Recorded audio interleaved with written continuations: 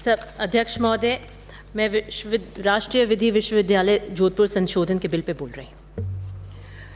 जैसे मेरे पूर्व वक्ताओं ने बताया कि इसमें 2 अमेंडमेंट्स लेकर आए हैं।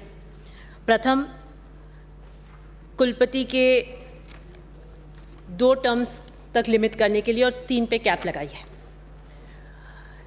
NLU जोधपुर 1999 में स्थापित हुआ और JNU की बार बार बात करते हैं, विशेषकर से सदन के उपनेता। व्यास यूनिवर्सिटी की चर्चा होती है तो भी जयनारायण व्यास पे पहुंच जाते हैं, NLU की चर्चा होती है तो भी जयनारायण व्यास पे पहुंच जाते हैं। मुझे पता नहीं कि राज्य में गधों की कमी होने से इतने व्यथित हैं कि कहीं से कहीं और दूसरे रेलेवेंस पे पहुंच जाते हैं। JNU के अंदर 9 पूर्णकालिक तथा 6 व्यक्तिगत थे के अतिरिक्त प्रभार कुलपति के रूप में रहा, लेकिन NLU के अंदर अभी तक सिर्फ 3 व्यक्ति कुलपति रहे। ये सिर्फ वही एक यूनिवर्सिटी है जहां पे कुलपति का कार्यकाल 5 वर्ष का है। दूसरा, कोई व्यक्ति कितनी बार कुलपति बन सकता है, इसके लिए बार बार ये कह रहे थे कि जो प्रोफेसर, अब बीच में एक मिनट बात मत करें। माननीय श्री बाड़मेर के आने वाले सदस्य, माननीय सदस्यों को इंटरव्यू कर रहे हैं, आप सुने। प्रोफेसर सक्सेना जिसके बार बार कह रहे थे सदन के उपनेता के शायद पीछे के दरवाजे से आप उनको लेकर आना चाहते हैं और इसी कारण आप ये बिल लेकर आए हैं। तो मैं आपको बताना चाहती हूं कि प्रोफेसर सक्सेना 2013 के अंदर NLU जोधपुर की कुलपति बनी। NLU में कुलपति के 5 वर्ष का उनका कार्यकाल था, जिसको जुलाई 18 तक समाप्त होना था। उनको एक्सटेंशन दे दिया, जो कि संभव नहीं है।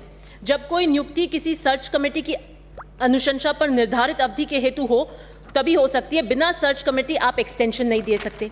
अब आप इसको बार बार पढ़ रहे थे कि आपने ये कैसे बना दिया। I would like to read out the extension letter by the Chief Justice of Rajasthan High Court, where he states, in exercise of the power vested in me under Statute 19/4, do hereby extend the tenure of Poonam Saxena as Vice Chancellor of the National Law University, Jodhpur, for a period of 5 years till she attains the age of 70. अब आप पूछ रहे थे कि हम इनको लाना चाहते हैं, तो मैं आपको बता दूं कि ये भी जुलाई 2018 के अंदर हुआ था, इसका एक्सटेंशन आपके कार्यकाल के अंदर। बताइए ये कैसे संभव हुआ, किस तरीके से ये हो रहा था? बिना सर्च कमेटी कार्यकाल बढ़ा दिया आपने, ये सब आपके कार्यकाल में हो रहा था।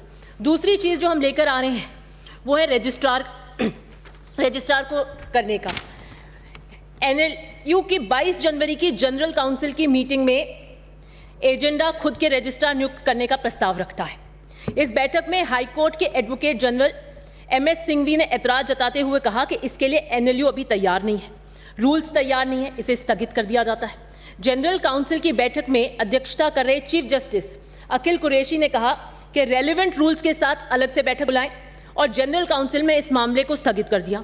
बैठक के 3 दिन बाद, महज 3 दिन बाद, पत्र भेजकर जनरल काउंसिल के सभी सदस्यों को जानकारी दी गई कि रजिस्ट्रार की नियुक्ति NLU एक्ट 1919 के स्टैट्यूट 14 के तहत होती है।